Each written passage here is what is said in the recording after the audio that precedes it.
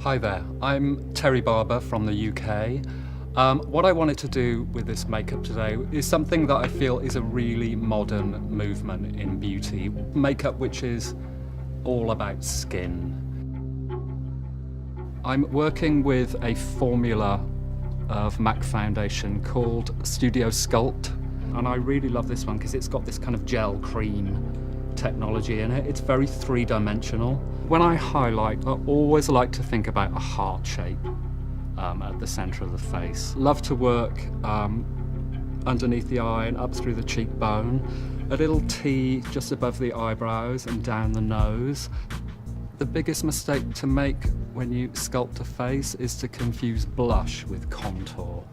I always prefer to work contour with a slightly deeper shade of foundation. If you're choosing shades of foundation to shade and highlight, always think about maybe a little bit more of a kind of gold tone in the center of the face.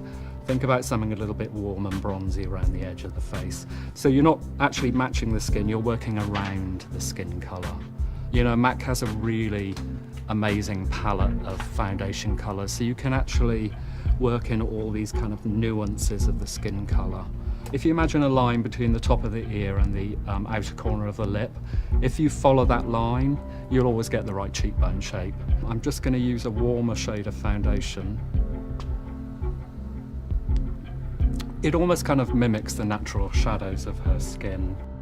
Placement when it comes to the face is pretty much everything, but I will say once a woman knows where to effectively shade and highlight her face, that's when the magic can really happen. So I'm going to make sure I just create this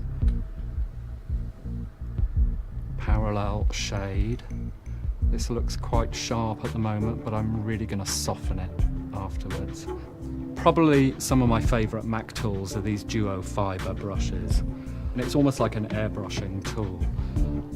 So rather than really push product, overblend product, the duo fibres just really almost act like an airbrush and just almost kind of massage the product into the skin without working it too much.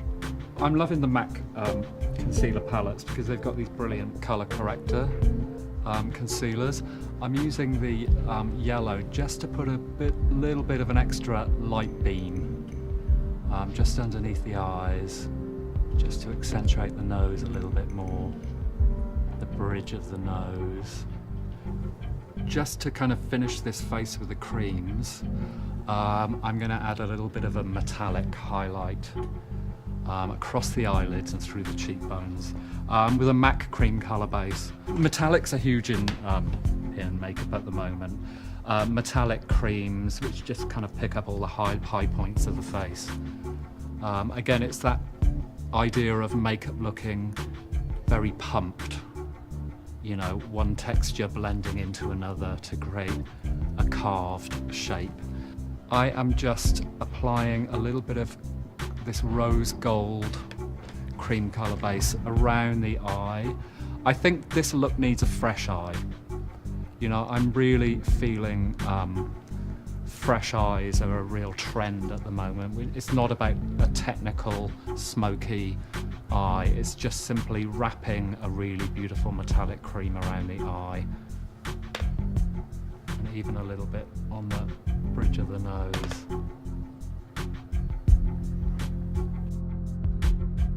The MAC mineralized powders are really beautiful just for specific powdering. For a really polished face, it's important to know where to powder, where to leave shiny. I think there's something really beautiful about having that polished center and then turning the face and just catching all that light and all that creaminess on the edge of the face. I think between the brows should always be powdered, sides of the nose, a little underneath the eyes and the chin. So I'm going to use the MAC lip conditioner and just go for a very balmed, plump lip. This is the finishing step. I love lip balms because I think it's a really nice compromise between lipstick and gloss. It's just playing with a natural lip colour. Beauty doesn't have to be a statement. It doesn't have to be loud, it doesn't have to be about smoky eyes and strong lips. It can simply be about the most beautiful skin. You know, to me that is the true beauty. Fierce.